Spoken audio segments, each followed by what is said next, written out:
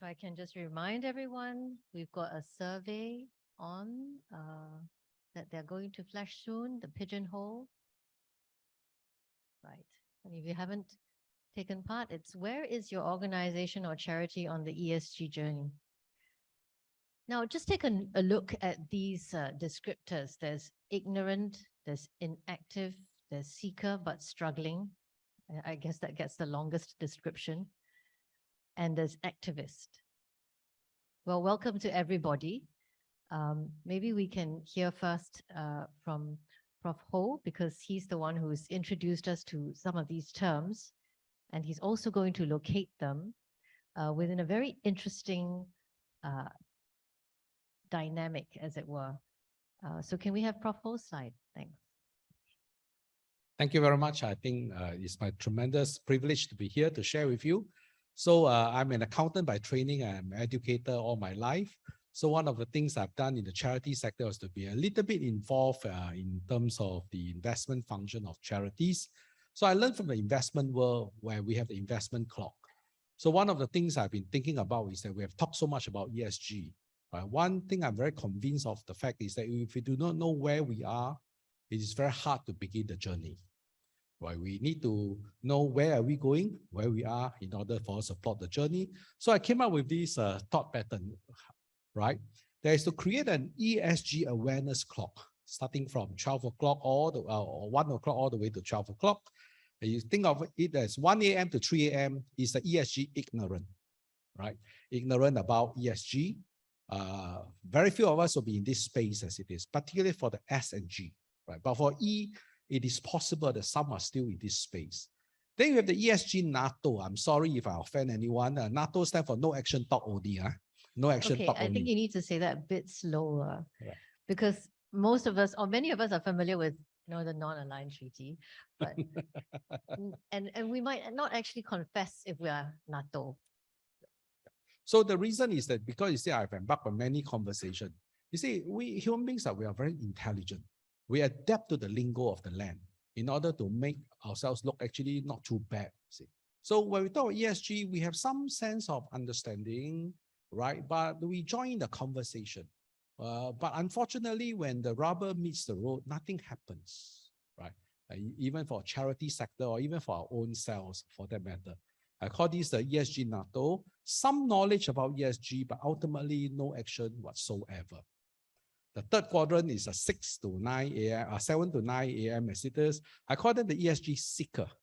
All right. Understand the importance of ESG, but we struggle to begin the journey. We are groping concerning what do I need to do? What does it mean in terms of carbon? Right? How do I even capture my measurement of the impact of my work on the society and on the E part for that matter? And then the last quadrant is the 10 to 12 a.m., 12 p.m. for that matter, is they call them the ESG activists.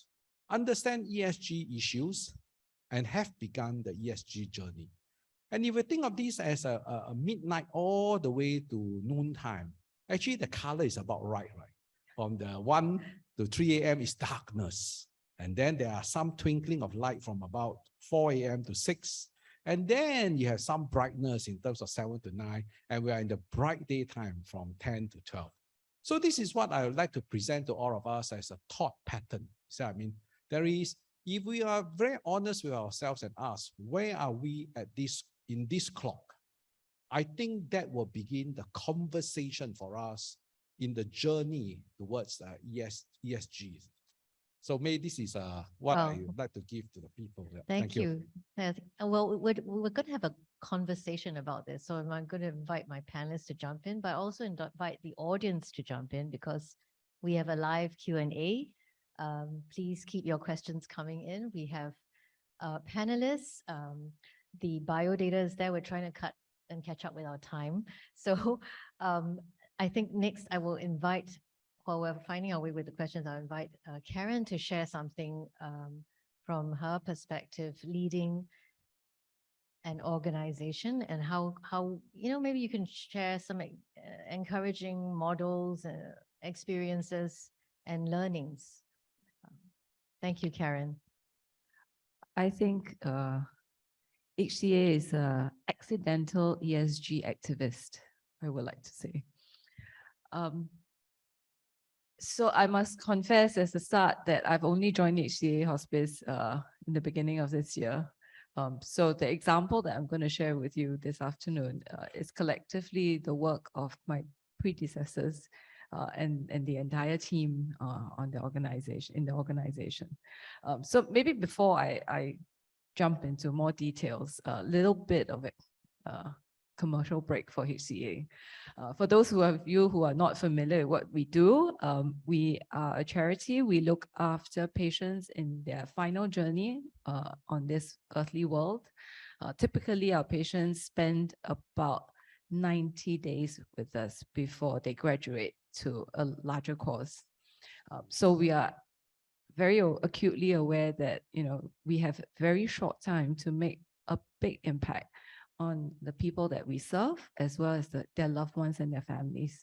So with that as a background, maybe we can move on to the next slide.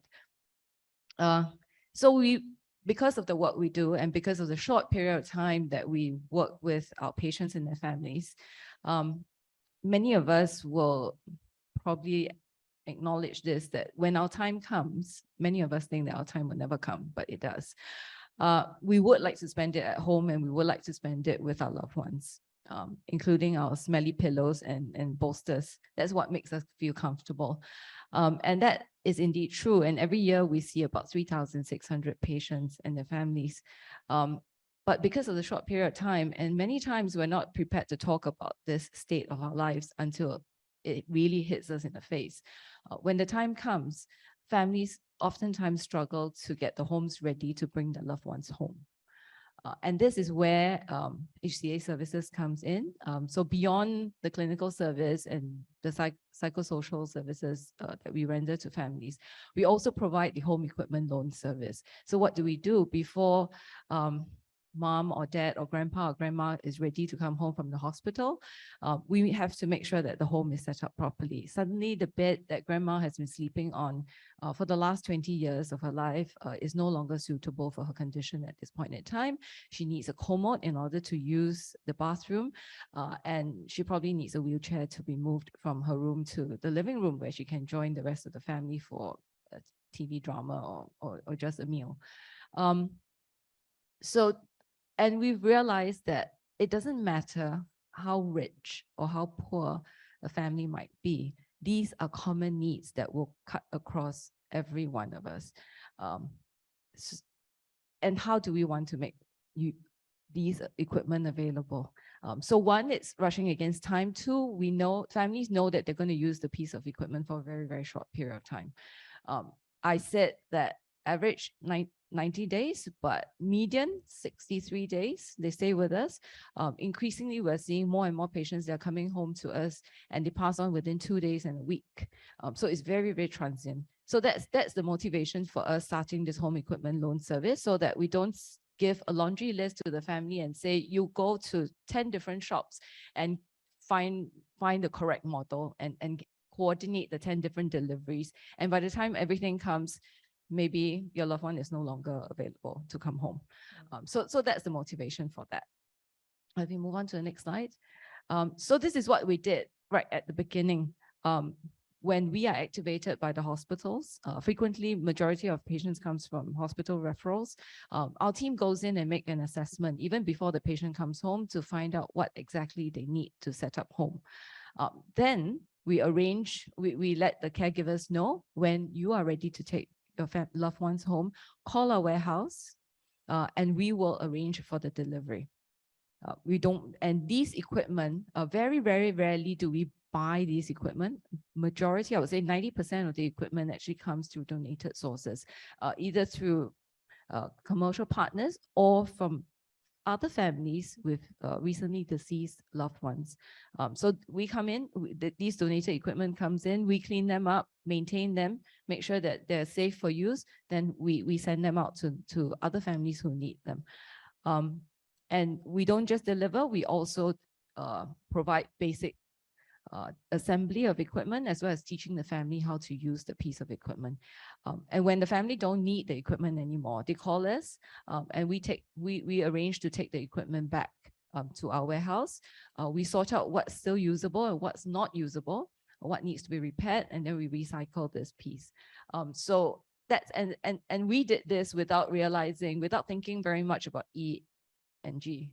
We did this purely for the S, because these were our beneficiaries. We saw a need, we saw the impact, and we just went ahead and do this. Now, this was fine when we started this program many, many years ago, I think close to 10 years ago.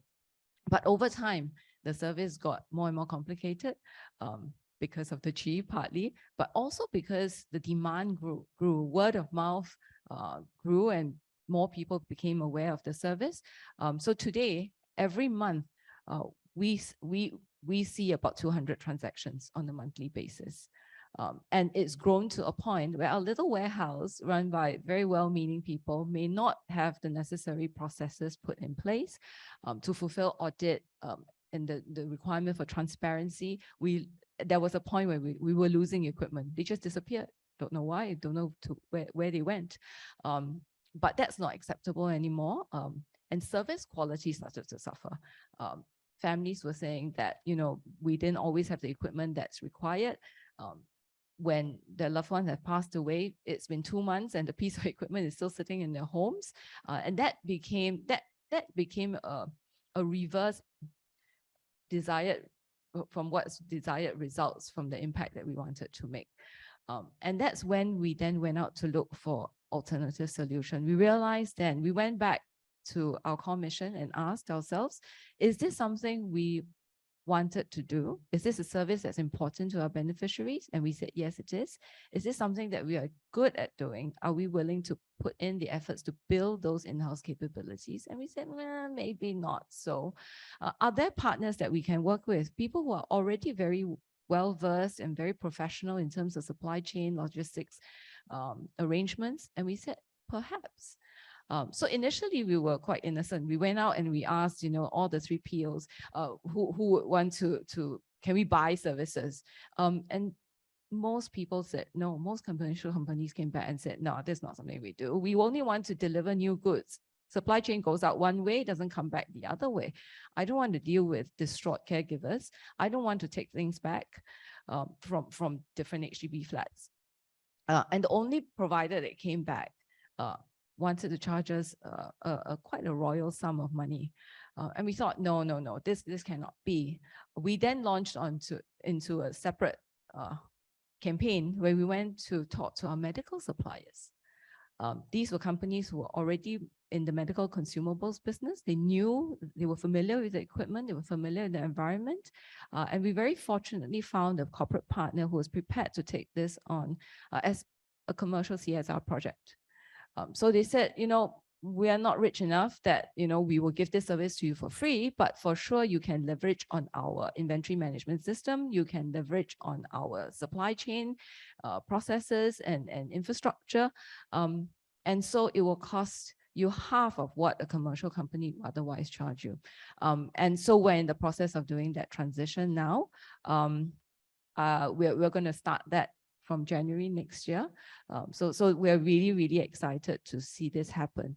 And I thought, yeah, that's my story for today.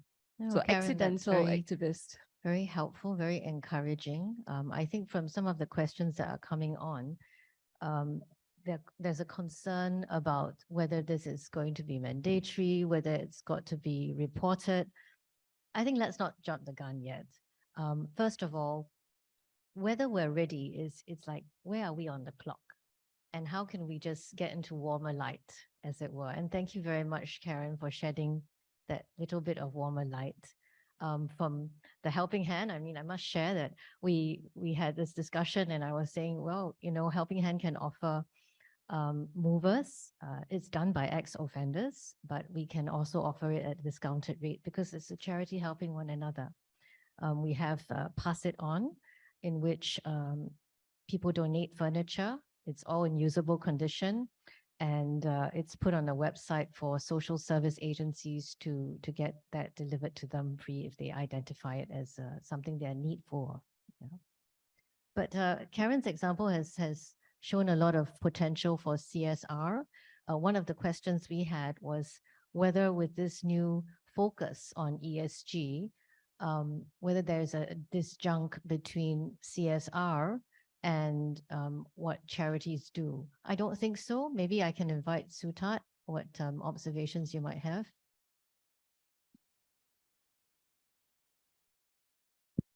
Thanks, May. Interesting question to pose, since I was technically CSR chair for SGX for 10 years prior. And SGX was kind of involved in CSR since, I would say, 2004, when the then CEO, Mr. Xia Fuhua, who was also president of NCSS subsequently after, instituted the Bull Run. So some of you, I know many corporates out there, including my former CFO from AWA, who's sitting there now, used to run around the Marina Bay. So CSR in 2004 was something that was early awareness for corporate Singapore, all right? And the Bull Run was set to try to mobilize and convince other corporates to come and do something socially responsible. But socially responsible is not just about writing a check. It's about involving your employees, participating into many of these volunteering activities, which actually is helping also engagement for staff.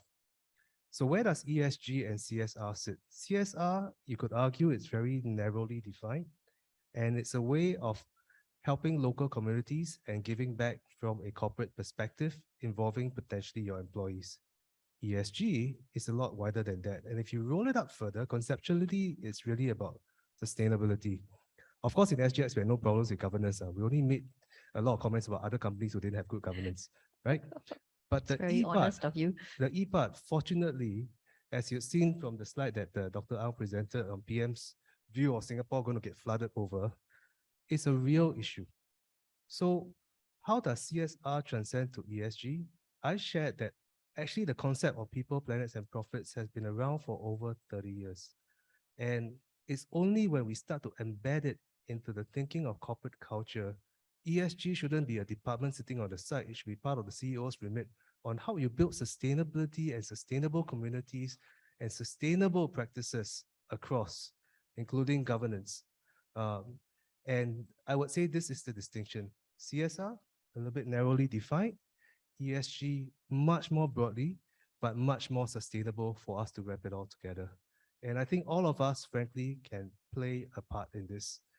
Charities, I would say, if you embrace this, you have a tremendous opportunity to tap into resources, skills, and people. But first, make sure that you're also on a good footing. And don't be shy about giving impact reports. Actually, it's essential. So this definition of CSR versus ESG, actually, I think if we look at the one with the most votes, there's this concern, right? Should charities start to include sustainability reports in our annual reports? And if you see the link, right, there's some fear there, fear which drives insecurity. How can ESG be tied in with risk management within charities? And a point that you made is this ESG versus what we would call the triple bottom line and CSR. And the differentiating factor, if Karen, you can share about corporates, donors being willing to cover the governance costs of some of these measures. And that's part of the Unilever leap of faith that you took, I would say. So I think it's always easier to go out and say, I need X amount of dollars to buy Y number of hospital beds for patients and leave them in the homes.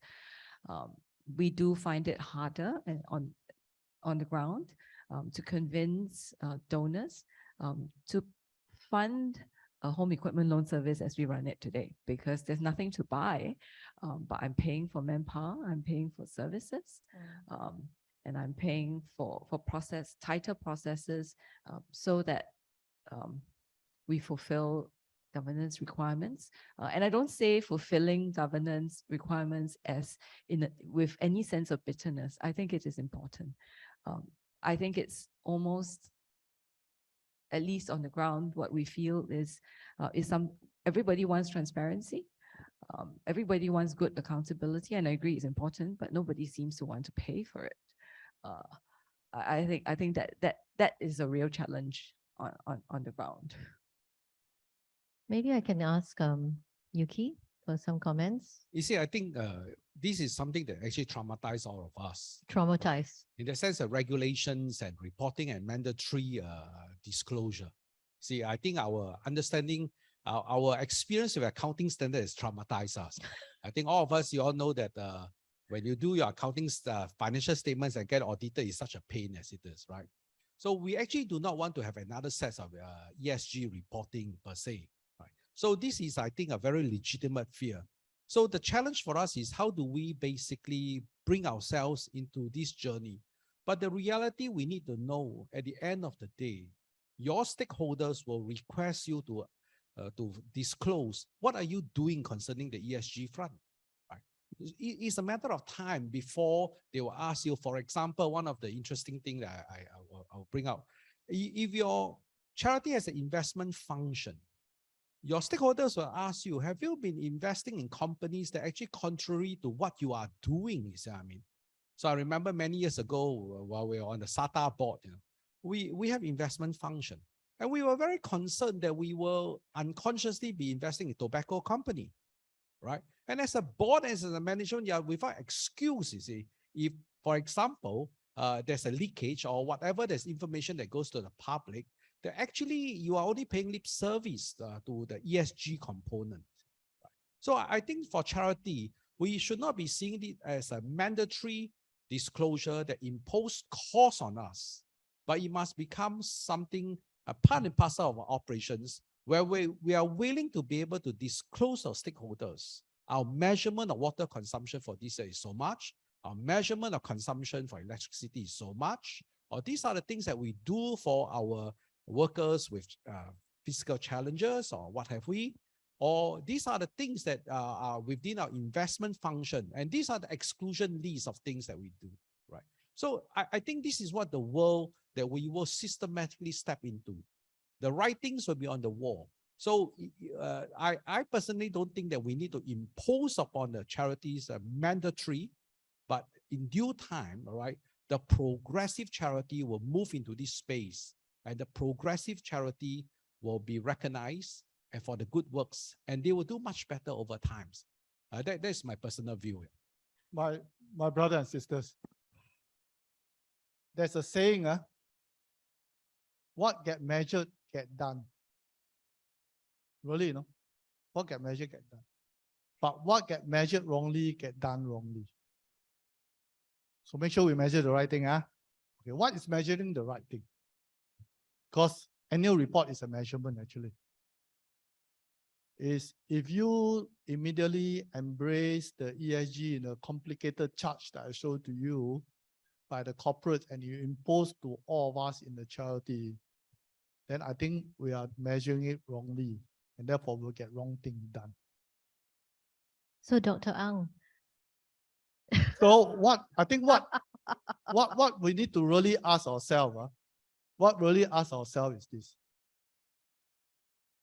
Is there, I use the word business, is there a business case for you in the charity to be involved in ESG? First question.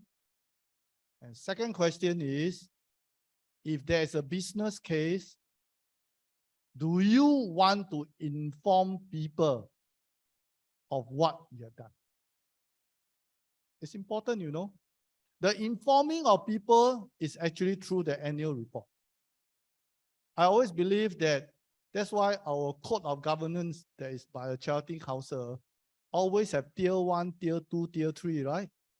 We don't immediately, before you learn to walk, we ask you to run a marathon. Don't do that.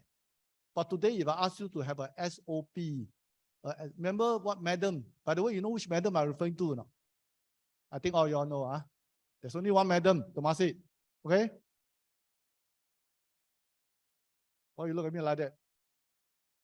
My brother and sister, but do you think about the measurement? Is it very simple?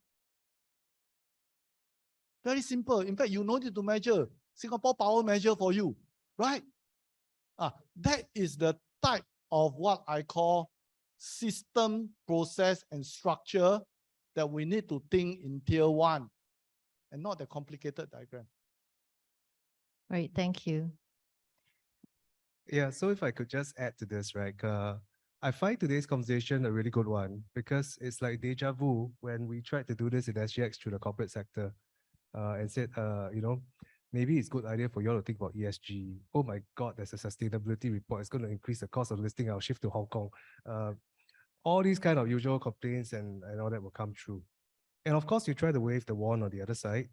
My former colleague, Lian Sim, who was also vice chair of TCFD, was brandishing the carrot that said, if you adopt sustainable practices as a corporate, you'll get more investor dollars because more and more investors over time. And while we have been early, increasingly, both institutional as well as retail investors want to vote with their purpose. They follow. And when they follow, there's a carrot in there. So I hope progressive charities like Prof Ho says will just do this because they want to do this. But I'm also cognizant of the fact that for many of you out there, mid-sized, small-sized charities, oh my God, another report. When is this going to be mandatory? Do I have to pay some consultants to help me? Okay, got VCF funding, but is that enough? Then after I do it one time, how do I adopt it into my annual report? I would suggest really reflect a little bit on what I mentioned earlier. It's not so much whether should that be in your risk management consultancy coverage report, because it's about sustainability of you as a charity for the service users that you want to serve. If it's about sustainability of that, then you want to make sure you can pivot in the way that embraces and gets you the resources, the skills, and the people who can help you.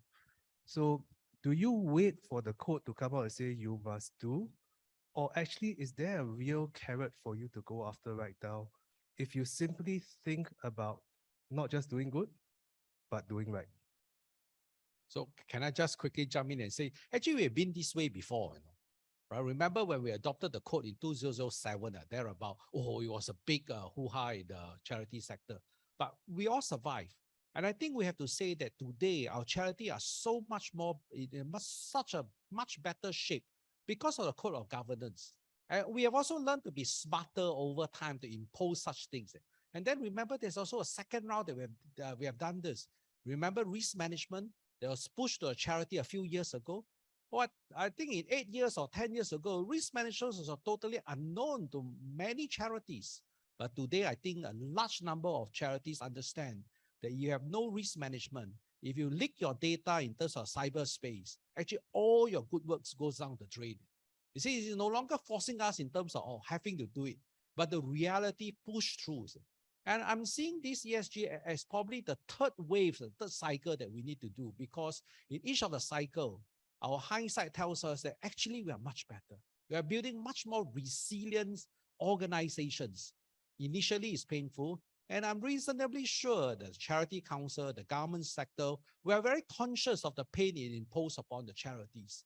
All right, so I'm reasonably certain that we will walk alongside with the charities. I'm reasonably certain that through this third wave of improvements, I think we'll do better with less pain. And maybe 5-10 years from now, we'll have to do a fourth wave, whatever that is. You see, all right. I think I would like also to go back to Dr. Ang's framing when you said, is there a business case? And it reminds me of Dr. E this morning mentioning the Sim Asia conference. The new generation of philanthropists don't just represent individuals, but the way banks want to give, they want to get their every employee involved so that you know how your dollar is being spent, because that's part of their stewardship also.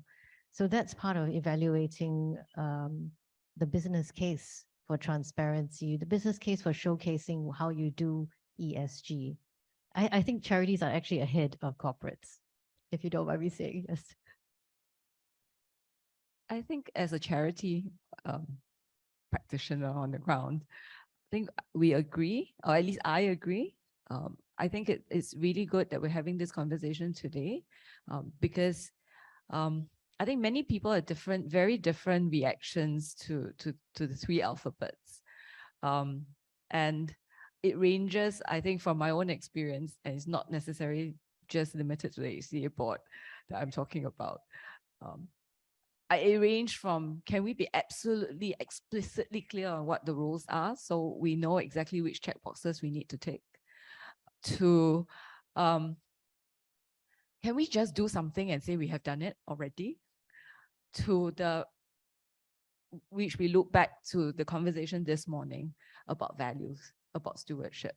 Do we do this because we truly believe that it is important and it is of value? And if it is of value, then perhaps it is worthwhile for us to invest did not necessarily just be in terms of money, but in terms of bringing the right people with the correct mindset, or even bringing out people that's already on the journey with us forward on this journey with a different mindset, so that we do this properly and with the right intents and purposes. It's not just about the ED or the CEO or the board breathing down the charity and say, now you must have a sustainability report and then you have to put something together. I think it's not just about that. I think it permeates all the way down to the last person in the organization. I think it's the same principle behind, for example, the governance evaluation checklist. If you have a good reason and you are sharing it, there is a certain amount of understanding that you're on this journey, you're making an effort. Yeah. Sutat, I believe you wanted to. Well, I was just going to build on Karen's point, really. All of you are doing wonderful, good work. You all believe and you're passionate, and that's why you're in this sector. And there's a lot of value of what you bring to your service users. I think we can all agree on that, I hope.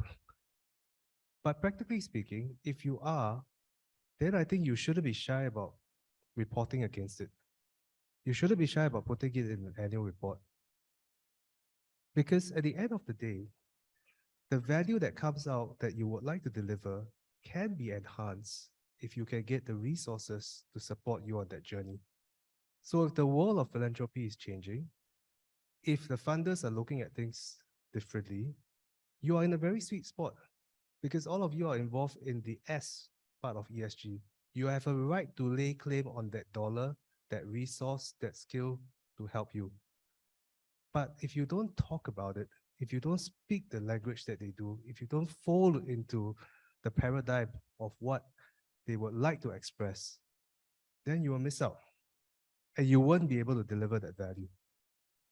Conversely, if you think of this not as a box-ticking exercise, but how do you align your interests with the people that can help you deliver your goals to support the service users that you treasure, then ESG, as I said, is good business.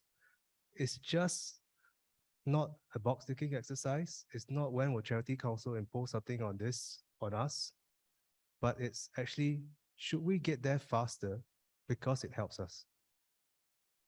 So maybe I can share a possible business case as it is, right? Great. I think the important thing is about whether is there a business case?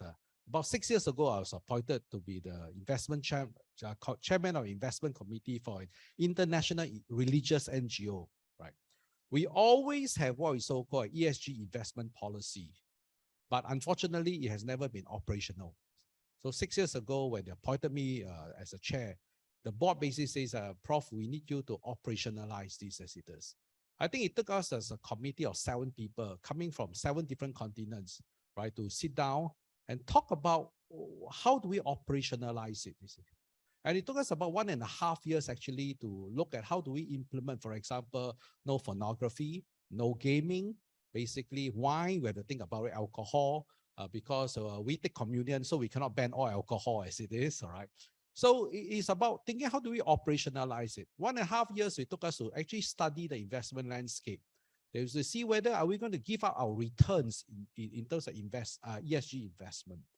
Then the next thing we need to talk about is basically looking for a fund manager that has all this screening as accountability, bearing clearly in mind the the danger of greenwashing as it is, right?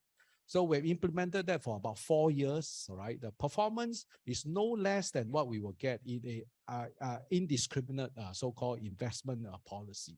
So my suggestion is the fact that I think there is a business case of doing right and doing good. The only challenge is that one is that you have to find the right people to help you in this journey. And the important thing also, you don't have to rush. It took the committee 1.5 years to study the journals, to study the investment, to basically look at the ground, to find our experience concerning what would be the universe of stock that looks like as it is, and so on and so forth, and how the screen will ultimately work, where are the measurements. So my encouragement to the charities is this, right? Look for people in the board or in the management that has that passion, right? Look at their expertise. Get them to find people who are along that lines, I mean, and take baby steps to move towards what you think ultimately will be an ESG framework, which you can disclose along the way. This is a long-term marathon. We don't have to finish the race in 1 year or two. And we will systematically improve over time. Thanks. So, you mentioned greenwashing and this question. What do you think have you done to prevent greenwashing in the charity sector? I think you've also touched on the principle of transparency, which a lot of the charity transparency framework is emphasizing on. So in your process, you have displayed the committee's work. You're trying to be transparent, trying to examine the relevant principles for this decision making. So I think I must confess it's difficult because this committee we based out of London. So we basically have to employ actually experts to help us to do so. But I think it's a matter of the committee actually learning and studying along the way. See, we have never been this way before. But the good news is that the world constantly evolves because the world also knows what people are looking for. You see, so over time, you will systematically be able to sniff out which are the firms or which are the pitfalls in terms of greenwashing. I think that the most important for us as charity is not to toot our horn so loud that we are doing things that we are not. All right. I think we just have to be faithful. We just have to be disclosing things that are based on scientific fact or actual measurements. For example, right, our utility or electricity consumption, our water consumption. You see, as a charity, we never bother to monitor all these, right? I understand from the question, it's only 1% of the cost, but precisely the world that we live in will have a carbon problem, will have a water problem. Even though today is $1.00 but in years to come, we are talking about the scarcity of water. We are talking about the pollution created by carbon. So I think our top better is for us to be found faithful, right? Coming up with a simple scheme, basically, to help us to measure and then ask, can we do better, all right? Can we set some target where we all collectively work towards it? And if we achieve that, maybe that's translated to better bonus, or maybe that translates to a celebration for the charity and so on and so forth, right? My brothers and sisters, before maybe I tackle the framework and then after that I tackle this issue of beyond electricity.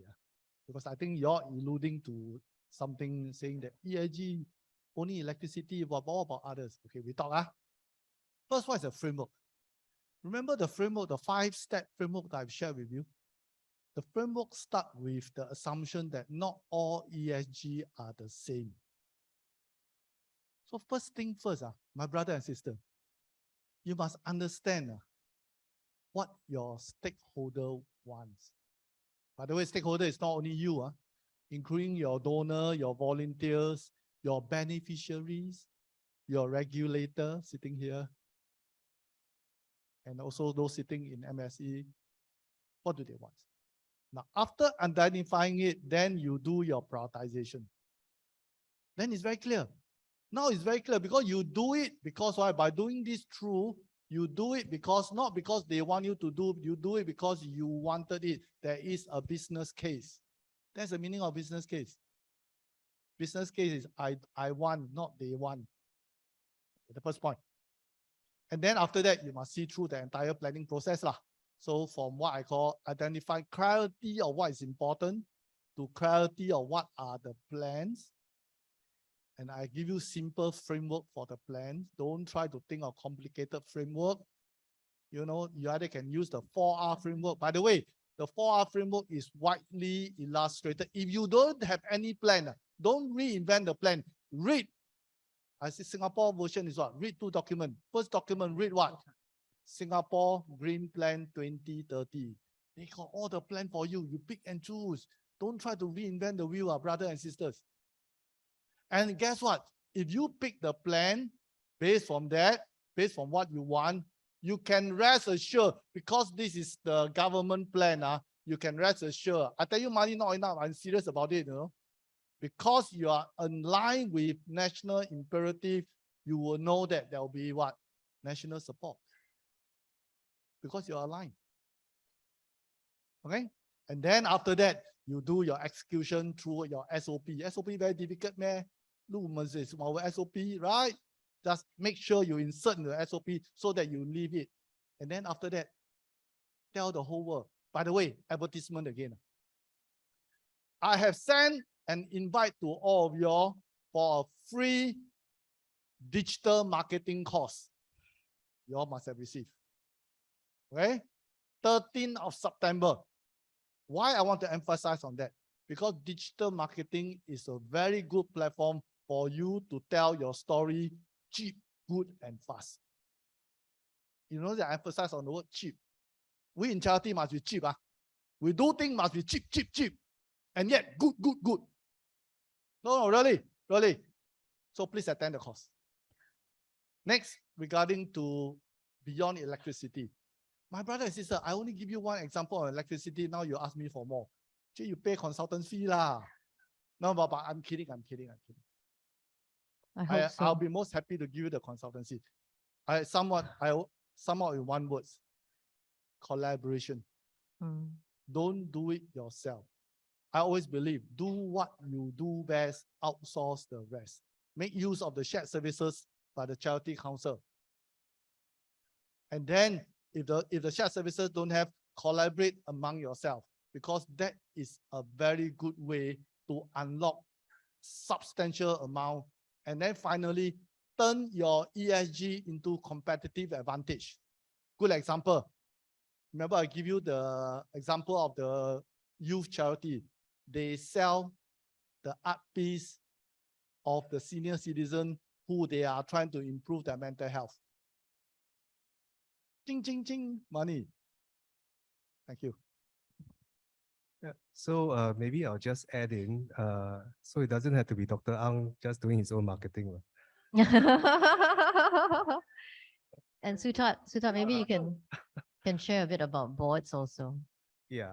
So I think on those 2 questions, before I jump to the board question, in terms of frameworks, look, we don't start from nowhere. There are a lot of best practices out there, and notwithstanding what I said about consultants and VCF funding earlier, they're actually very important.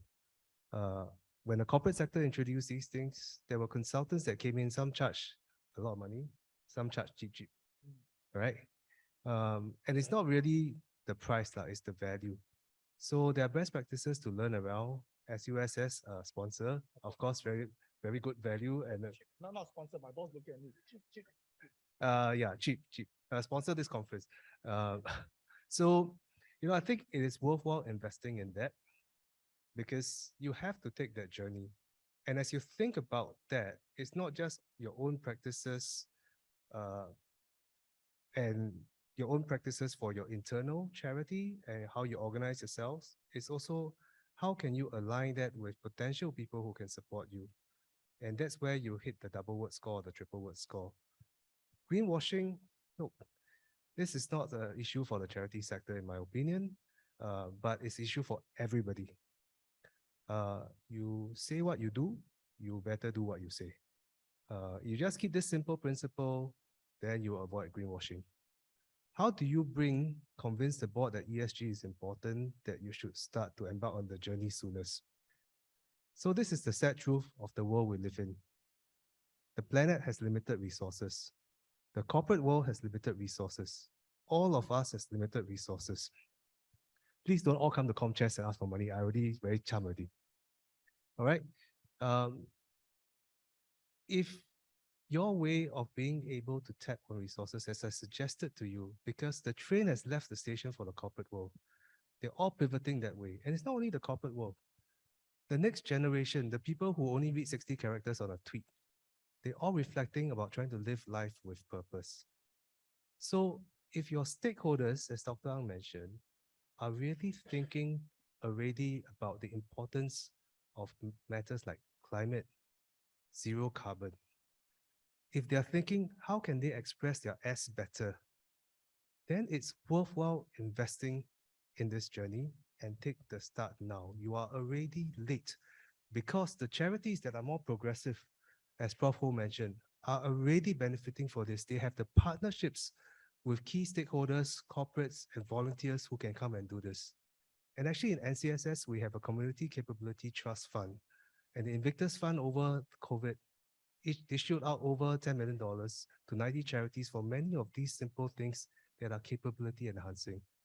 Why not tap into that? Don't know where to start. Board conservative. Sorry, like outsource can be paid first, right? There are many tools, many grants, many schemes available to help. This is Singapore. You are not alone. But if you collaborate better, you tap into these things through the resources that Charity Council has put forward, through the shared services, through the grants, through NCSS, I think it's just about when we leave here today, I have to use Hokkien. 爱做卖做. You want to do it or you don't want to do it? So let me tackle this question concerning how do we convince the board? I think the challenge many of us who are on the board or even management is that we don't see the ESG as an existentialist problem. I mean, I sometimes get a bit disappointed when country leaders says that we'll be carbon neutral in 2040, or some big oil company says that we'll be carbon neutral in 2050. But by 2050, we are all gone. That's not our problem anymore. Right? So in that sense, I have very little faith and trust in such statement because I want to see a roadmap. Because we actually don't see that this is an issue that will actually decimate the world as it is. I think my worldview changes significantly when 2012, I went to Sao Paulo for a conference, right? The conference has to deal with the fact that it's a religious conference that talk about how to find a new financial architect for the world. Because we knew then that the world was breaking apart. We were talking about how do we relook at the world. My European counterparts were very fierce. They talk as if there is no tomorrows. I think to a certain extent that infected me as a person, you see, right? And also in the charity that I came back to, I can't change them as it is. I must say that in charity that sits on the board too, we are still working and struggling with the ESG part of it. But in the limited space that I'm in, particularly the expertise I have in investment, I can basically say that we have pivoted as much as we can. Right? So I think if you ask me, how do we convince the board? I think the board and the management must believe that we are facing an existentialist problem. And if we don't deal with this, our children, our great-grandchildren will have no world to inherit. See, I think the recent climate change, the scorching heat in London, these are very clear signs. I think if we do not see this as signs that talks about a world that will be even much worse 20, 30, 50 years from now, then I don't think we will want to do anything. So again, if you ask me, how do we change it? It's for us to really sit up and say that, yes, right, we really need to do a small little part. Whatever influence we can have is, right, because the world that we're going to live in the future for our grandchildren will depend on the action that we're going to take today, And today is actually, the action should have been taken yesterday or the year before. So Thanks. This is my plea. Yes. Yeah. Thank you so much, Prof. And I think we are ending that on the same note that we began, which is your clock. It's a ticking time bomb. We are pressed for time, but we will probably be able to detonate it or not detonate it collaboratively. Yeah.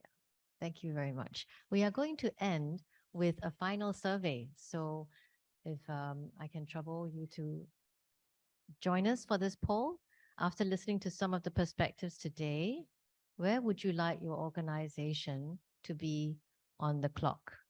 What is the roadmap, as Yuki has used? What is the roadmap? And I think we can all be assured that we're on this journey together with this roadmap.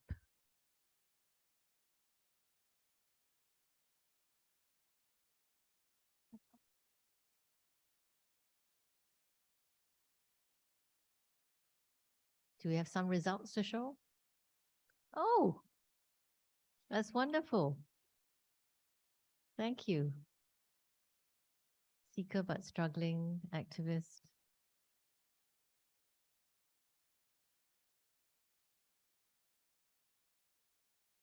Very, very encouraging. Thank you so much. Yes. And thank you, Mei Lo, for moderating our panel this afternoon. And please give all of our panelists a big round of applause, please. Dr. Ang Hak Seng, Chu Sutat, Professor Ho Yu Ki, and Karen Lee.